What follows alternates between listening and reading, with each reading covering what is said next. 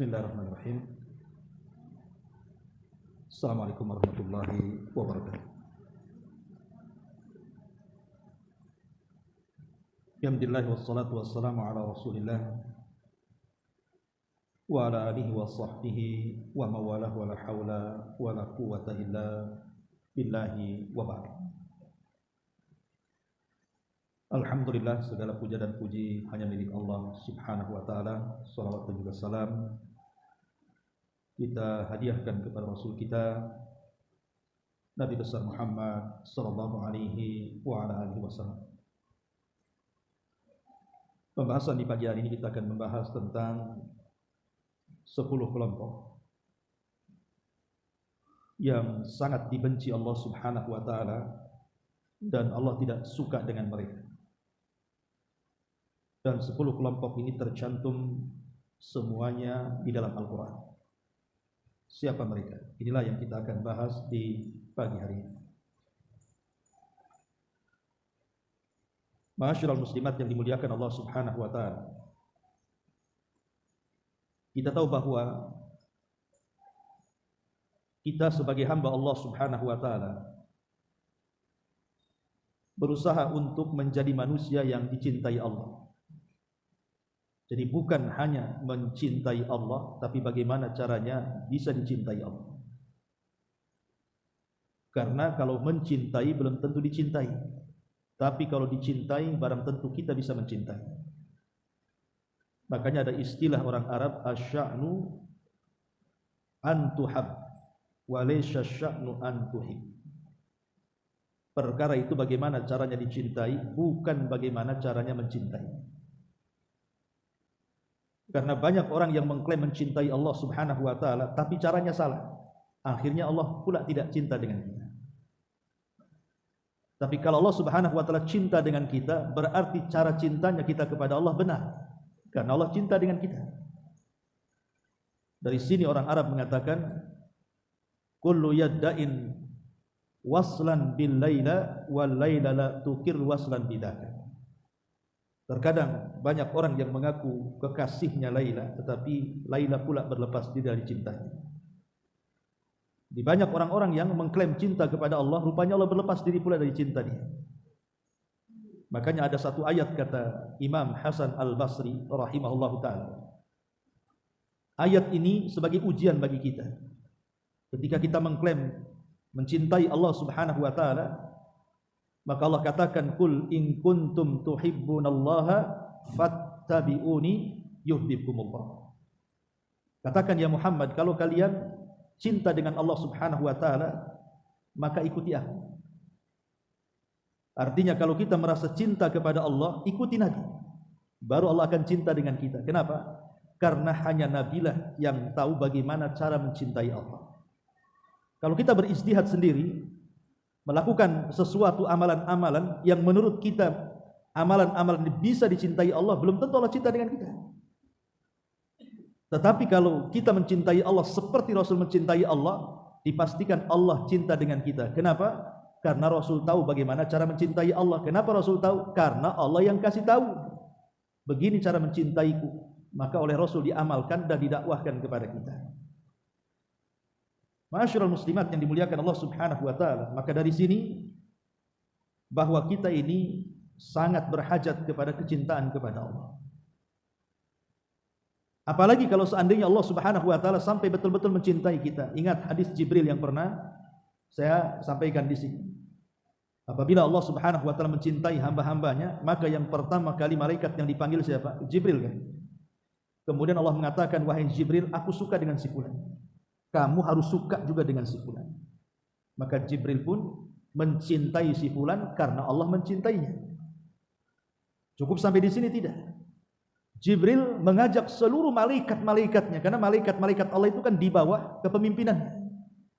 Jadi Jibril kemudian mengajak seluruh malaikat-malaikat Allah dimanapun mereka, mau di langit, mau di bumi, mau dimanapun mereka berada, agar ikut mencintai hamba yang Allah cintai. Maka semua malaikat ikut mencintai. Ketika Jibril mencintai orang yang dicintai Allah, seluruh malaikat mencintai orang yang dicintai Allah. Dari sini Allah tanamkan kepada seluruh makhluk yang ada di bumi untuk mencintai orang yang dicintai Allah. Ini luar biasa. Ya. Jadi itulah kenapa pentingnya kita meraih kecintaan Allah Subhanahu wa taala. Masalahnya di sana ada orang-orang yang Allah tidak suka. Allah benci kepada orang tersebut. Siapa mereka? Tidak memperpanjang mukadimah yang pertama, disebutkan dalam surah Al-Baqarah ayat 190. Dan juga disebutkan di dalam surah Al-Maidah ayat 87 dan juga disebutkan dalam surah Al-A'raf ayat 55. Adapun dalam surah Al-Baqarah 190 Allah mengatakan, wa qatiluhum fi sabilillah alladzina yuqatilunakum wala ta'tadu. Di sini syahidnya, wala ta'tadu innallaha la yuhibbul mu'tadin. Janganlah kalian melampaui batas, karena Allah tidak suka, artinya Allah benci kepada orang-orang yang suka melampaui batas.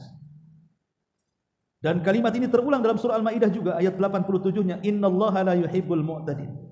Dan terulang dalam Al-A'rafnya 55-nya, innahu la yuhibbul mu'tadin. Allah tidak suka dengan orang-orang yang melampaui batas. Jadi yang pertama, orang yang Allah tidak suka adalah orang yang melampaui batas. Apa makna melampaui batas di sini?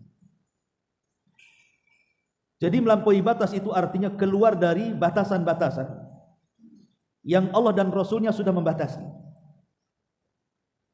Jadi orang-orang yang keluar dari batasan-batasan Allah atau batasan-batasan syariat lah lebih mudahnya, maka orang itu dianggap melampaui batas. Lah termasuk juga melampaui batas adalah al-i'tida ilhaqud dharari bil akharin min ghairi wajhi haqqin.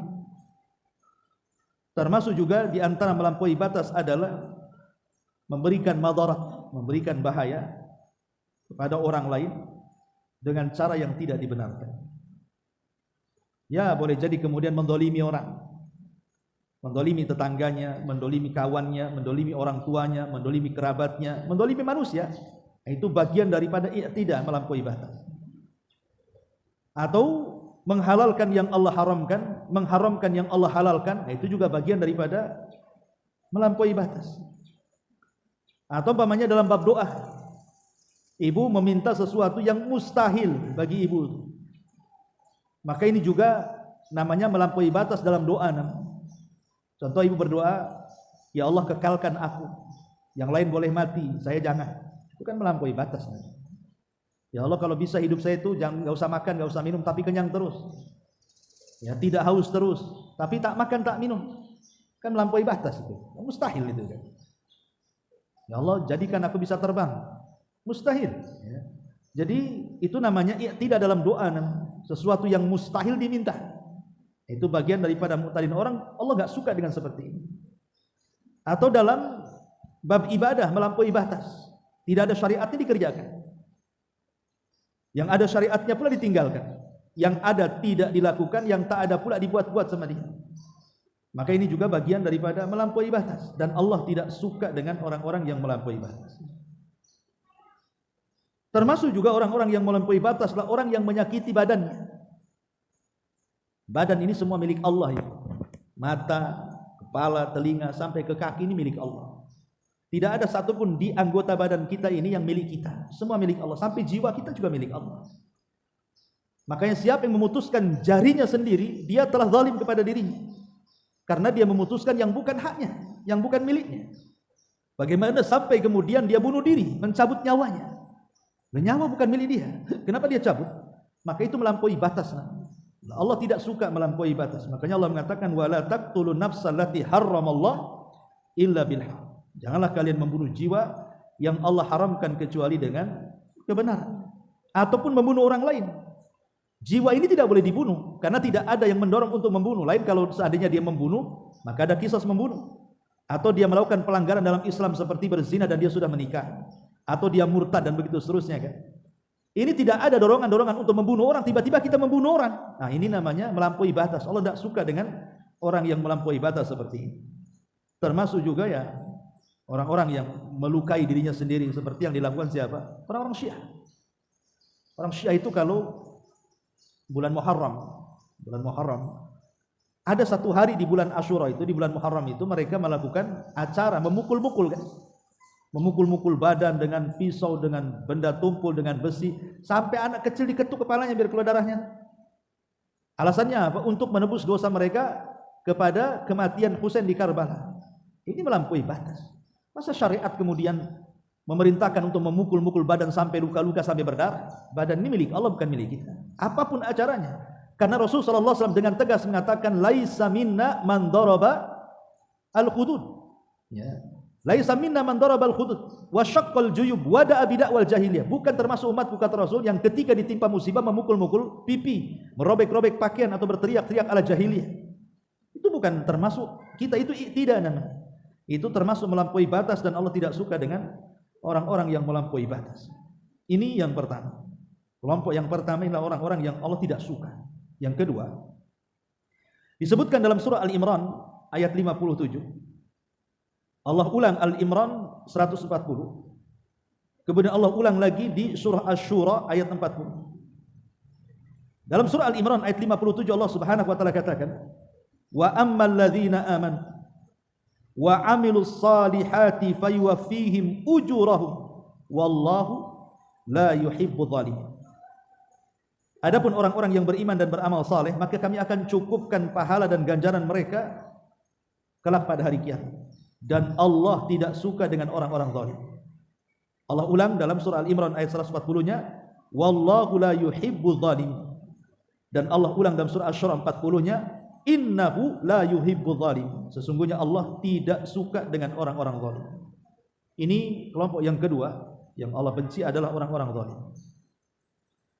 Zalim itu artinya meletakkan sesuatu bukan pada tempatnya. Kalau saya letakkan peci di kaki, berarti saya zalim kepada peci. Kenapa? Karena bukan tempatnya di kaki, tempatnya di kepala. Ibu letakkan cadar di dengkul, ibu zalim sama cadar kan? Cadar itu di muka, kenapa ditaruh di dengkul pula kan? Itu namanya zalim secara bahasa, meletakkan sesuatu yang bukan pada tempatnya. Berarti meletakkan sesuatu pada tempatnya berarti adil, karena lawan daripada zalim itu sebuah keadilan. Tetapi maksudnya di sini, ya, maksudnya adalah mujawazatul haq wa ta'addi 'alal akharin fi amwalihim wa a'radihim wa anfusihim. Jadi zalim itu artinya seseorang melampaui batas dari kebenaran dan dia menyakiti orang lain baik dalam harta, kehormatan atau jiwa. Itulah makna zalim. Dan zalim sendiri terbagi menjadi 3 kan, yang ma'ruf ya. Pertama, zalim seorang hamba kepada Allah Subhanahu wa taala. Zalim seorang hamba kepada Allah. Kemudian yang kedua, dan itu terbagi menjadi 2. Zalim kepada Allah ini terbagi menjadi 2 ya. Zalim kepada Allah, di mana kezaliman ini tidak mungkin diampuni oleh Allah. Dan yang kedua, zalim kepada Allah tapi Allah masih mengampuni. Kemudian yang kedua, zalim seseorang kepada orang lain. Bersama hamba Allah Subhanahu wa taala saling menzalimi. Dan yang ketiga, zalim terhadap diri sendiri. Adapun zalim kepada Allah dan Allah tidak akan mengampuni kezalimannya, itulah kesyirikan. Kalau mati di atas syirik, maka Allah tidak akan ampuni. Yang kedua, kezaliman kepada Allah tapi masih Allah berikan ampunan selama dia tidak mati dalam kondisi syirik. Kalau dia tidak mati di atas kesyirikan, ya mungkin dia mati di atas dosa-dosa besar selain syirik ya, maka itu dibawa kehendak Allah. Kalau Allah mau, ya Allah ampuni melihat dengan pahalanya yang lain. Kalau Allah tidak mau, maka Allah akan azab sampai bersih dosanya. Ini yang pertama. Yang kedua, zalim kepada orang lain ma'ruf. Zalim kepada sesama makhluk, seperti mengambil harta orang, membunuh jiwa orang, menyakiti hati orang, merobek kehormatan orang dengan cara ghibah, namimah, dan begitu seterusnya, maka ini disebut zalim kepada manusia. Adapun zalim kepada diri sendiri, ya tadi, dia tidak menjaga badannya, dia mengikuti syahwatnya. Ya, seperti mamanya makan gak dijaga, sampai obesitas gitu ya, tidak bisa jalan, akhirnya malas tidur. Pokoknya kesehatan gak pernah dijaga, kemudian juga suka-suka dia hidupnya. Nah ini zalim kepada diri sendiri namanya. Makanya kenapa diri sendiri pun punya hak sebenarnya. Punya hak Kan manusia itu punya hak kan Bu. Pertama, sepertiga untuk Rabbnya, sepertiga untuk keluarganya, dan sepertiga untuk badannya. Maka badan pun perlu istirahat, perlu rileks, ya perlu jalan, dan begitu seterusnya. Ma'asyiral muslimat yang dimuliakan Allah Subhanahu wa taala. Tapi kalau kita itlakkan kalimat zalim, maksudnya zalim di sini lebih kepada menyakiti sesama hamba Allah Azza wa Jalla. Kalau dikatakan zalim biasanya ke situ arahnya. Oh, si anu itu zalim. Kenapa? Dia mengambil harta orang, dia membunuh orang, dia mencaci maki orang, dia zalim kepada orang. Jadi istilah zalim itu biasanya diitlakkan kepada zalim yang kedua, di mana seseorang menyakiti hamba Allah yang lainnya, dan Allah tidak suka dengan mereka.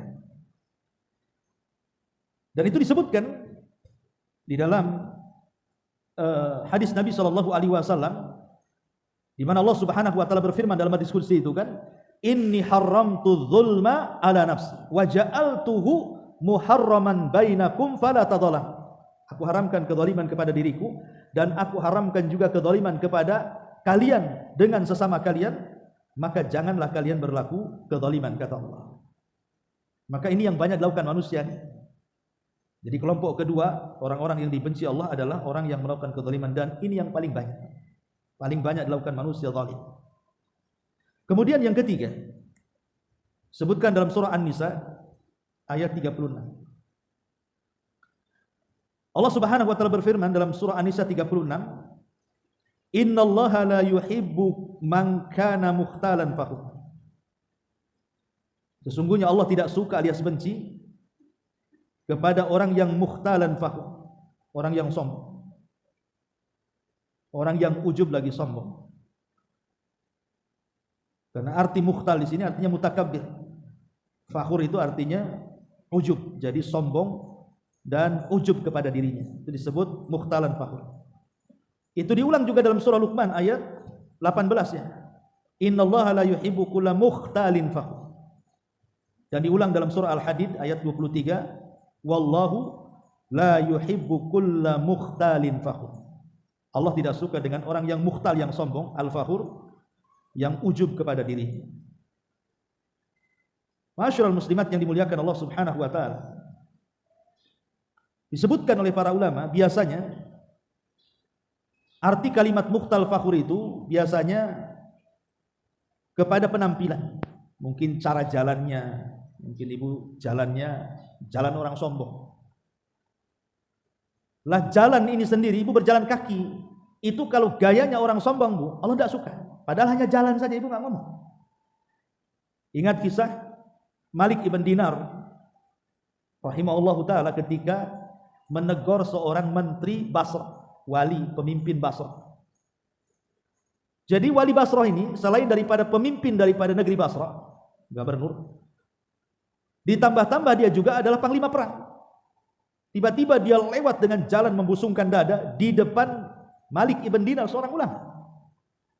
Jadi Malik ibn Dinar ini menasihati dan mengatakan, wahai fulan, cara jalanmu loh seperti jalan penduduk neraka. Jangan kayak gitu. Dinasihati nih sama Malik ibn Dinar itu. Dan ingat bahwa seafdol-afdolnya jihad adalah kalimatul haq inda sultanil jair. Kita bisa menyampaikan kebenaran di hadapan pemimpin zalim. Karena risikonya kan berat. Ya, menasihati ibu, menasihati saya risikonya ringan.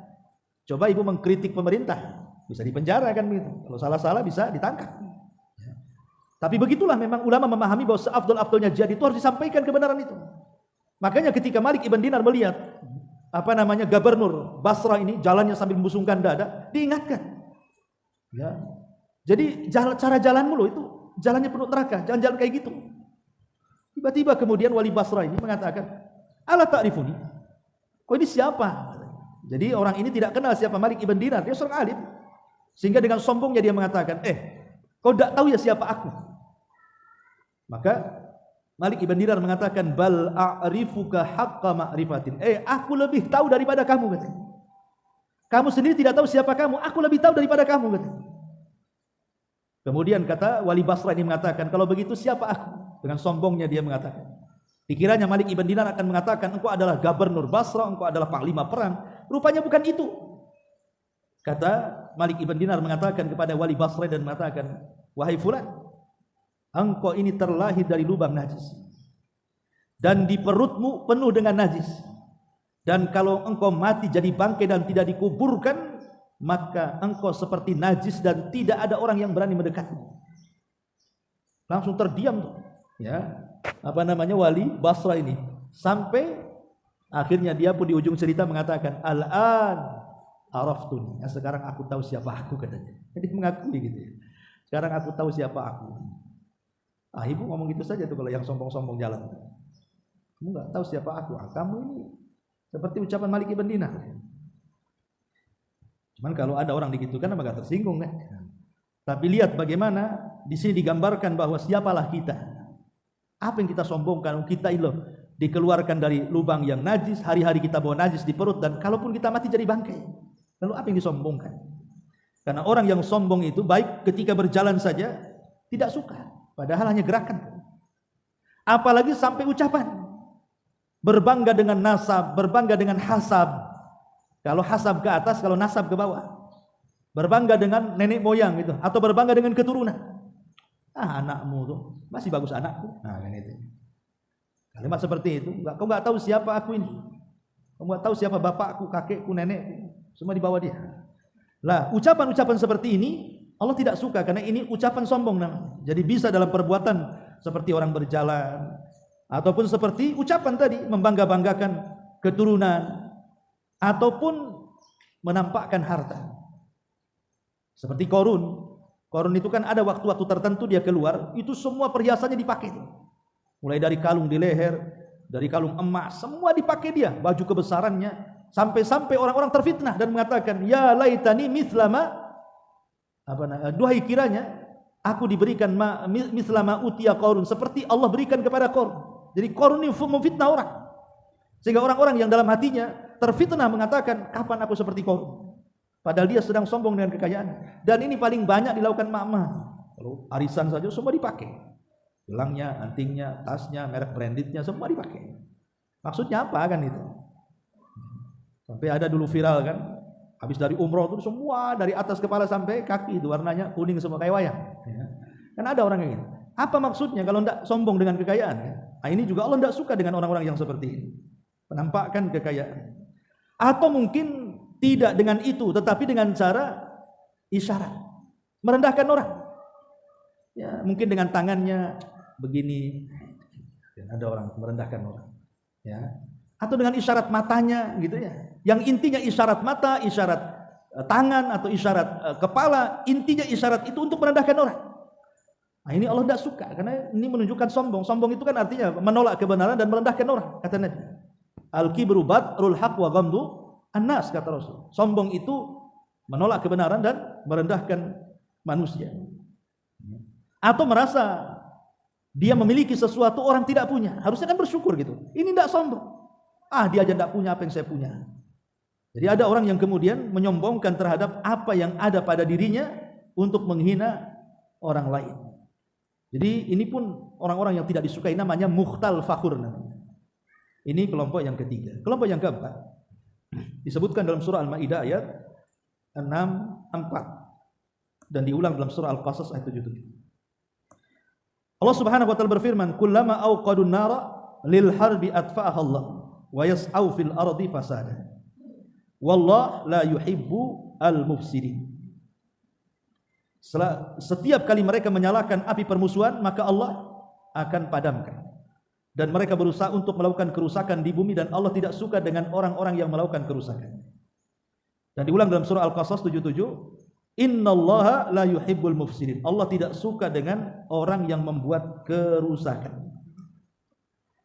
Jadi kelompok yang keempat yang Allah tidak suka adalah orang yang melakukan kerusakan. Siapa orang yang melakukan kerusakan dan apa yang dimaksud kerusakan di sini? Al-mufsidun dalam bahasa Arab itu artinya diddu anil istiqamati ila diddiha. Al-fasad wa al-udulu anil istiqamati ila diddiha wa huwa salah. Jadi arti orang yang melakukan kerusakan lawan daripada orang yang memperbaiki. Jadi ada orang yang merusak, ada orang yang memperbaiki, dan Allah tidak suka dengan orang yang merusak dan Allah suka dengan yang memperbaiki. Dan kita tahu bahwa sebesar-besarnya kerusakan apa? Syirik. Sebesar-besarnya kerusakan adalah syirik, karena Tidak ada dosa yang lebih lebih rusak dibandingkan syirik.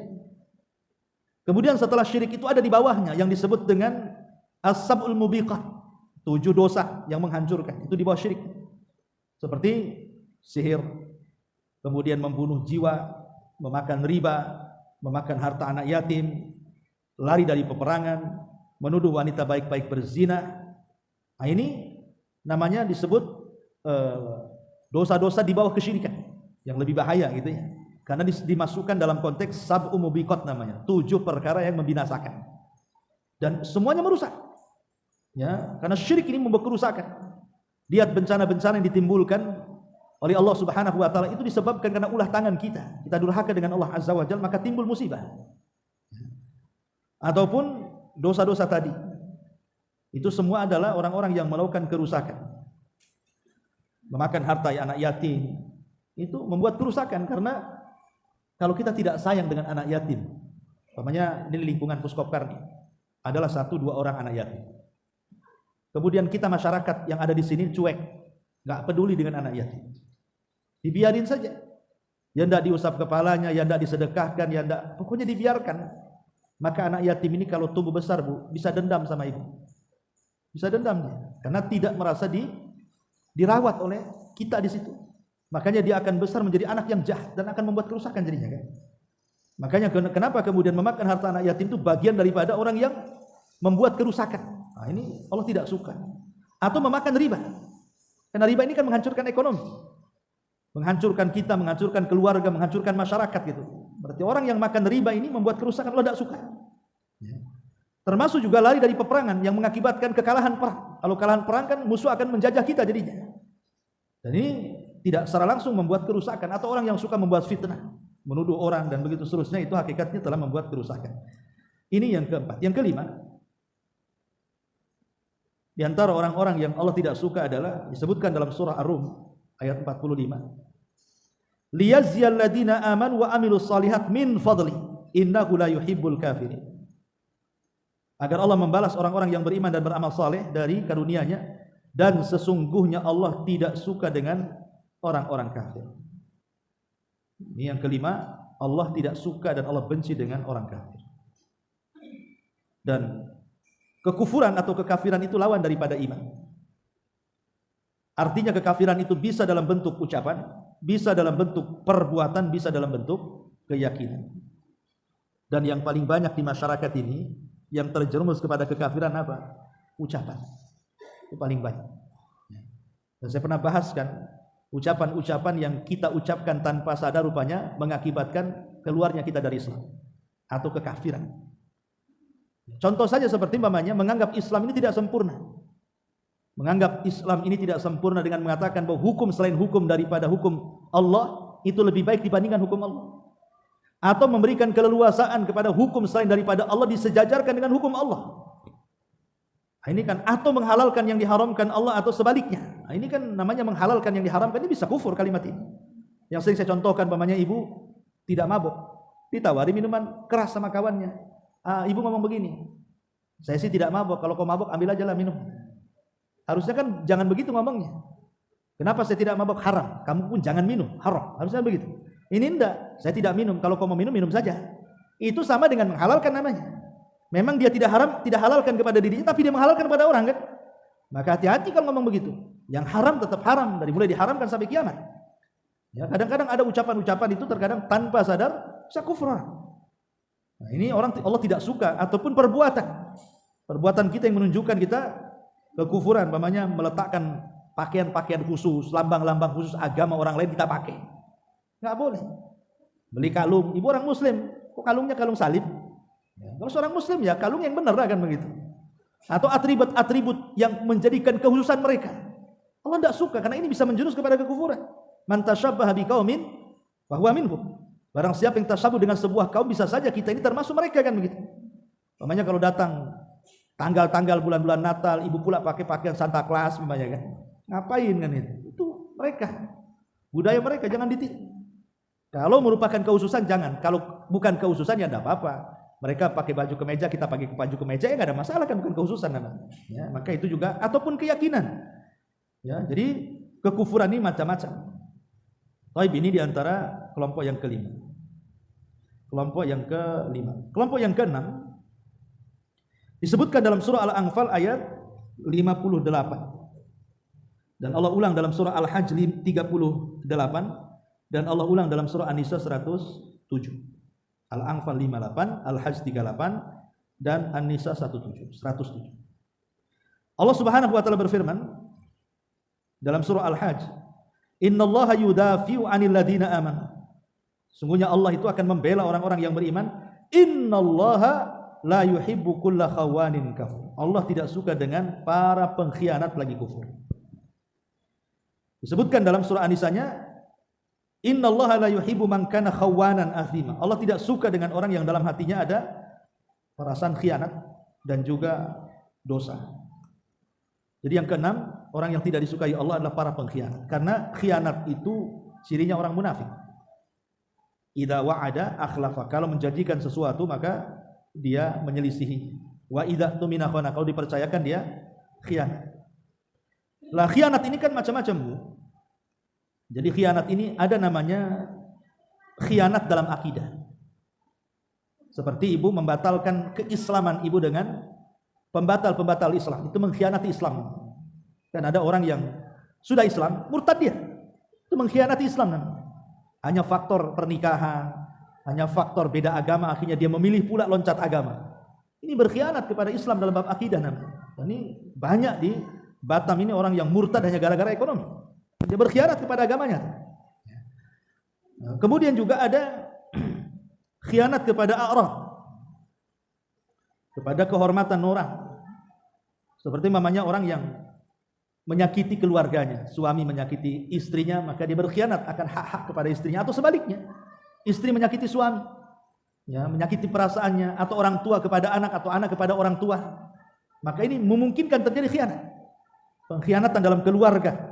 Nah, ini juga Allah tidak suka. Termasuk juga khianat kepada umumnya kaum muslimin. Boleh jadi mungkin dalam bab harta, dititipi barang, bukannya dijaga malah dihilangkan. Dititipi harta bukannya dijaga malah diambil. Dititipi jabatan bukannya amanah malah khianat dengan jabatannya. Dan begitu seterusnya. Lah Allah tidak suka dengan para pengkhianat seperti, dan bab khianat ini kan umum, ya, masuk kepada semua lini dalam kehidupan. Ini yang nomor 6. Yang nomor 7 disebutkan dalam surah Al-An'am ayat 141. Allah Subhanahu wa taala berfirman, "La tusrifu innahu la yuhibbul musrifin." Janganlah kalian israf. Israf itu berlebihan, mubazir, ya. Orang yang suka memubazirkan sesuatu itu disebut israf. Karena Allah tidak suka dengan orang-orang yang melampaui. Kalimat israf ini disebutkan para ulama adalah sama dengan al-mu'tadun, melampaui batas. Seperti ada bahasa dalam hadis itu, asrafa ala nafsihi. Asrafa ala nafsihi itu artinya jiwanya tidak bisa mengerem sehingga dia terjerumus kepada kemaksiatan dan lebih mengikuti syahwatnya. Itu namanya israf. Orang yang terkalahkan dengan syahwatnya dan semua syahwatnya dituruti, itu namanya israf dalam bahasa Arab. Ibu ke pasar, sebenarnya tidak ada niat beli baju, tapi ketika melihat baju bagus, pengen, harus dibeli. Bagaimana caranya? Ya, habis dibeli menyesal, kenapa aku beli gitu. Ya, pengen barang ini, pengen barang itu. Itulah penyakit orang kalau sudah suka nonton Tokopedia. Pengen ini, pengen itu. Ya, bukan hanya ditonton, kepengen, dan betul diupayakan gitu ya. Nah, itu namanya dalam bahasa Arab namanya israf. Dalam bahasa Arab, pokoknya keinginan syahwat supaya diikuti dan dimiliki dan dikejar, itulah namanya israf. Allah tidak suka dengan orang-orang seperti ini. Makanya tahan, Bu, kalau ada keinginan sesuatu tahan dulu. Karena siapa tahu setelah kita beli menyesal kita jadinya. Kan banyak ibu membeli barang yang dalam pikiran sebelum dibeli itu, enak juga kalau punya barang ini. Setelah dibeli hanya dipakai 1-2 hari rupanya nganggur. Sementara ibu habis itu beli barang itu, menyesal akhirnya kan. Lah terkadang hal-hal yang seperti ini penyesalan datang di belakang, itu gara-gara israf tuh. Makanya di zaman Abdullah bin Umar radhiyallahu anhu, Umar bin Khattab radhiyallahu anhu menegur orang yang selalu membeli daging. Jadi ditanya, kamu dari mana? Saya dari pasar. Dan saya setiap ke pasar saya beli daging. Kata Umar, apakah setiap keinginan engkau membeli sesuatu kau akan beli? Maka dia mengatakan ya. Maka Umar mengatakan jangan seperti itu, engkau akan menyesal. Ya, jadi israf ini juga Allah Subhanahu wa taala tidak suka. Dan israf ini juga masuk pada ziyadatun fi fi'lil mubah. Berlebihan dalam perkara mubah umpamanya. Ibu masak-masak dengan tetangga, masak-masak dengan kawan itu kan boleh-boleh saja. Perkara mubah kan. Tapi kalau sudah berlebihan, Bu, itu jatuhnya israf nantinya. Jatuhnya israf. Sudah berlebihan, waktu berlebih, akhirnya nggak keramut suaminya, anak-anaknya nggak kerawat lagi, gara-gara ibu senang-senang dengan kawan-kawannya kan. Itu kan perkara mubah. Tetapi bisa jadi haram kalau sampai kemudian melalaikan kewajiban tuh. Atau mungkin bapak-bapak sepak bola, bulu tangkis atau olahraga, kalau sampai kemudian akhirnya sholatnya diakhir-akhirkan, perkara mubah itu bisa jadi israf dan bisa jadi haram tuh. Dan Allah tidak suka dengan orang-orang yang seperti ini. Ini yang ketujuh. Yang kedelapan, Allah Subhanahu wa taala sebutkan dalam surah An-Nahl ayat 23. La jarama anna Allah ya'lamu ma yusirruna wa ma yu'linun. Innahu la yuhibbul mustakbir. Sungguhnya Allah tidak suka dengan orang-orang yang sombong. Kalau tadi kan kalimatnya mukhtal fakhur. Ini secara langsung Allah mengatakan al-mustakbirin, orang-orang yang istikbar, orang-orang yang merasa besar diri, merasa sombong diri. Ataupun dengan kata lain sombong. Disebutkan tentang sombong ini oleh sebagian para ulama. Ada 3 perkara sombong ini. Pertama, sombong kepada Allah. Dan ini adalah sebahaya-bahayanya orang sombong. Sombong di hadapan Allah. Seperti malas ibadah, malas doa. Ngapain saya doa? Saya enggak butuh dengan Allah.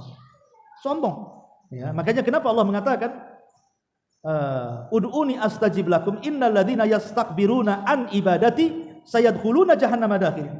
Orang-orang yang mereka merasa sombong, tidak mau berdoa kepadaku, kami akan masukkan ke neraka dan dihinakan ketika di neraka itu. Jadi ada orang-orang yang tidak mau berdoa. Nah ini sombong kepada Allah Azza wa Jalla, soal tidak berhajat kepada Allah. Ini bahaya, ini yang pertama. Allah tidak suka dengan orang-orang seperti itu. Yang kedua, sombong kepada Nabi. Tidak mau mengikuti syariatnya. Diperintahkan A, dia melakukan B. Diperintahkan B, melakukan C. Tidak nurut. Sombong dengan Nabi SAW. Yang diperintahkan tidak dilakukan, yang tidak diperintahkan pula dibuat-buat sama dia. Sombong dia. Tidak menurut kepada Allah Azza wa Jalla. Ini bahaya. Karena jatuh kepada perbuatan bid'ah. Kemudian yang nomor 3, sombong kepada hamba Allah yang lain. Ya tadi, yang merendahkan orang, sombong dengan kekayaannya, sombong dengan jabatannya, sombong dengan kecantikan, ketampanan, dengan nasab, dengan hasab, dan yang lain. Ya. Tetapi sesombong-sombongnya orang sombong, Bu, adalah orang yang tidak ada yang disombongkan, dia sombong. Nah, itu paling payah. Tidak ada kalau orang kaya ya, dia sombong, ada yang disombongkan kekayaannya. Para pejabat sombong, ada yang disombongkan dengan jabatannya. Orang cantik, orang ganteng, ada yang disombongkan dengan kecantikan dan dengan kegantengannya. Tapi ada yang lebih sombong, tidak ada pendorong sombong, dia sombong. Orang miskin, sudah miskin, jelek lagi, tidak ada jabatan pula kan gitu. Apa yang disombongkan orang kayak gini?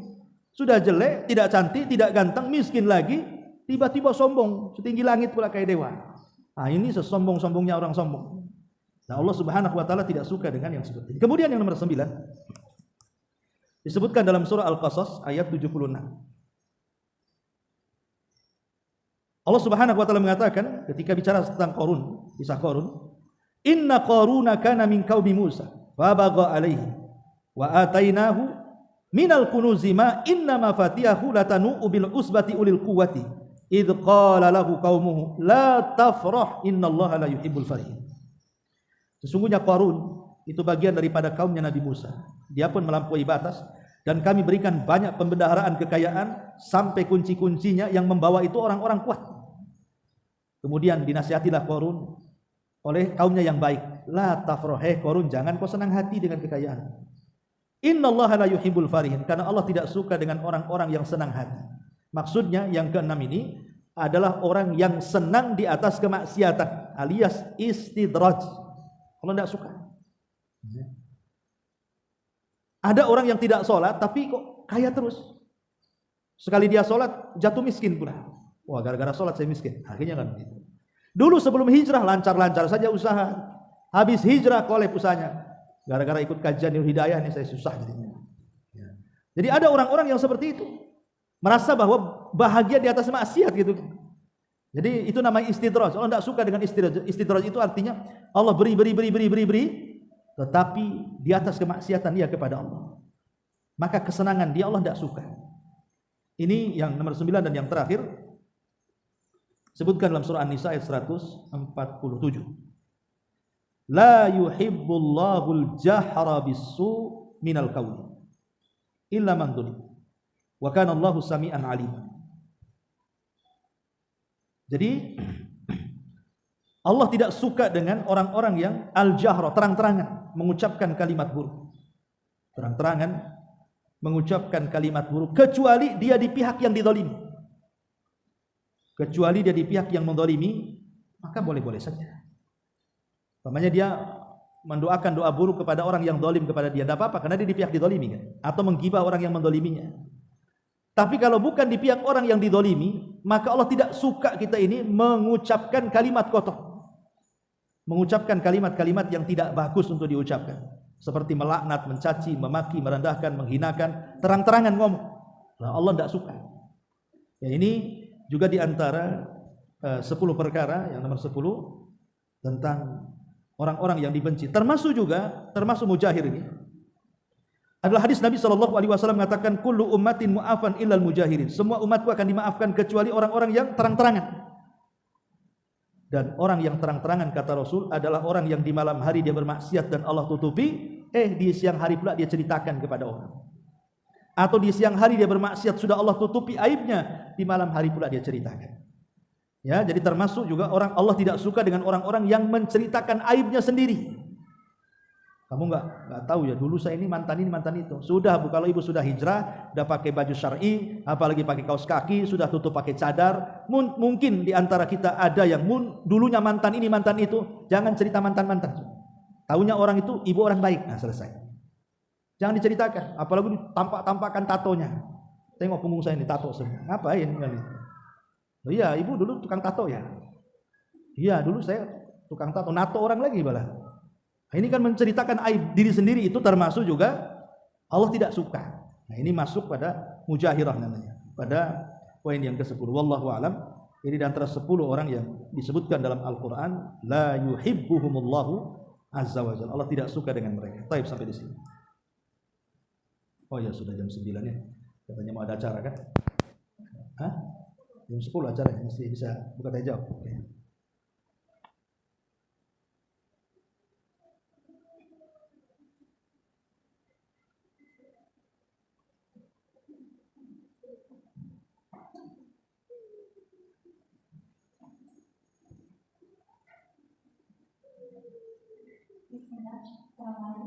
Waalaikumsalam.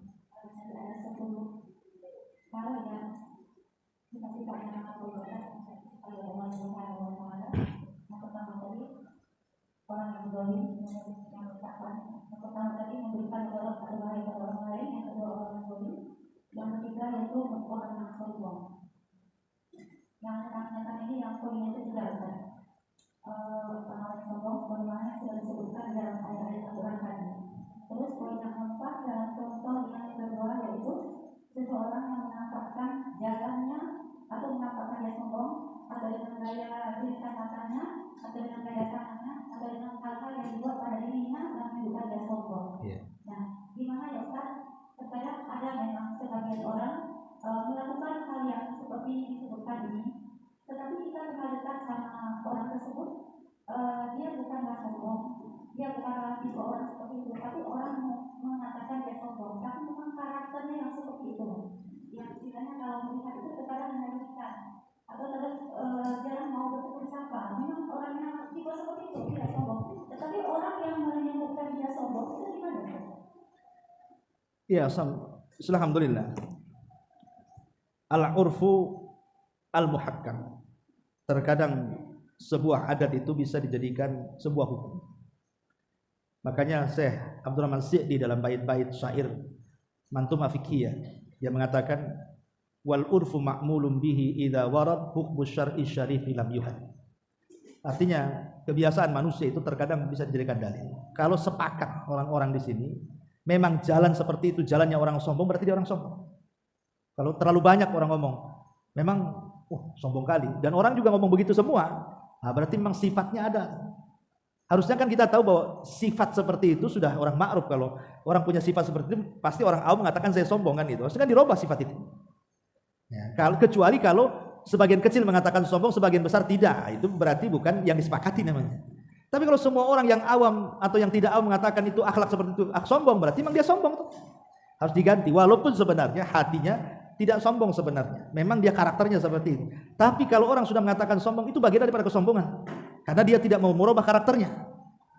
Dengan tidak mau berubah karakter, itulah dia sombong. Kenapa tidak dirubah? Dirubahlah kan begitu, supaya orang tidak menganggap dia sombong. Yang tadinya nggak senyum jadi senyum. Yang tadinya jarang nyapa ya nyapa kan itu. Jadi maksudnya gaya-gaya seperti itu Allah tidak suka. Wallahu a'lam. Nah, ibu ya nanti nasihatilah orang kayak gini. Itu ya dengan candaan gitu kan. Nggak usah terlalu serius. Nanti tak mau ngaji pula dia. Ya. Yang tadi yang kita itu orang sombong, yang keempat kelompok keempat itu orang-orang melakukan kerusakan. Yang kelompok empat itu yang poin yang ketiga, poin yang keempat, yang saya yang membunuh jiwa atau juga dirinya sendiri ataupun membunuh diri orang lain. Dan ketika seseorang dia itu punya kelainan pada dirinya, kelainan pada diri dianya itu bukan sebab kelainan yang dia miliki sejak lahir, tapi kekurangan ilmu dan dia juga kesalahan pada diri dia menuntut sebuah ilmu tentang diri dia. Terus ketika sudah masuk pada dirinya ilmu tersebut dan orang tuanya itu sudah berusaha mengeluarkan menampilkan kesalahan-kesalahannya, pada Allah tidak bisa keluar lagi. Tanpa disadari orang itu sudah membunuh jiwa orang lain, ya. Nah, ketika dia membunuh jiwa orang lain, ditanyakan pada dirinya, kenapa kamu membunuh? Katanya, kalau aku tidak membunuh orang, orang itu akan membunuh keluargaku, termasuk bapak orang tuaku. Terus bagaimana kehidupan orang yang demikian, ya Ustaz? Ya, alhamdulillah orang itu ya melakukan dosa besar lah. Membunuh jiwa itu melakukan dosa besar, apapun alasannya. Walaupun kondisi dia seperti itu. Iya, walaupun kondisi dia seperti itu. Karena begini, umpamanya ada dua orang terjerembab dalam gua, tidak ada yang dimakan, minum ada tapi makan tak ada. Akhirnya kan seminggu dia lapar. Apakah kemudian demi menopang lapar dia akhirnya dia bunuh untuk dimakan dagingnya? Atau salah satunya kemudian membunuh supaya bisa menjaga kehidupannya dan dianggap itu sebuah darurat? Tidak bisa. Walaupun dalam kondisi darurat membunuh itu tak boleh. Padahal kan ini darurat kan. Dan kaedah darurat itu apa? Ad-daruratu tubihul mahdurat. Sesuatu yang darurat itu membolehkan hal-hal yang diharamkan. Tapi kaedah ini tidak berlaku dalam case seperti ini. Ini kan membunuh orang halal. Kenapa? Darurat. Kalau nggak saya bunuh, saya nggak makan, saya mati. Kita mati dua-duanya. Minimalnya satu hidup, satu mati lah kan begitu. Nggak boleh. Kalau soal bunuh-bunuh nggak boleh. Masih lebih baik mati dua-duanya daripada salah satunya membunuh kemudian memakan salah satunya. Dalam konteks seperti ini, apalagi case-nya seperti tadi, ya, dia mempelajari ilmu sihir atau mempelajari apa gitu kan, kemudian halusinasi, rasuki jin, waswas, kemudian menumbalkan orang. Ini bukan hanya pembunuhan, bisa jatuh ke kesyirikan dengan keyakinan. Itu sudah dosa yang tidak akan diampuni. Kalau membunuh saja masih bisa diampuni, tapi kalau membunuhnya dorongan dari sebuah keyakinan, ilmu yang dipelajari, itu bisa syirik namanya.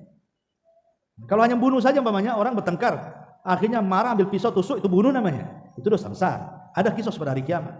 Tapi kalau membunuhnya sebuah keyakinan karena sebuah ajaran yang dipelajari, itu bisa syirik. Nah, ini bisa dosanya meningkat dari dosa besar menjadi dosa paling besar kan itu. Nah, dinasihati orang seperti ini. Harusnya polisi nangkap orang kayak gini karena membahayakan orang di penjara ya. Allah.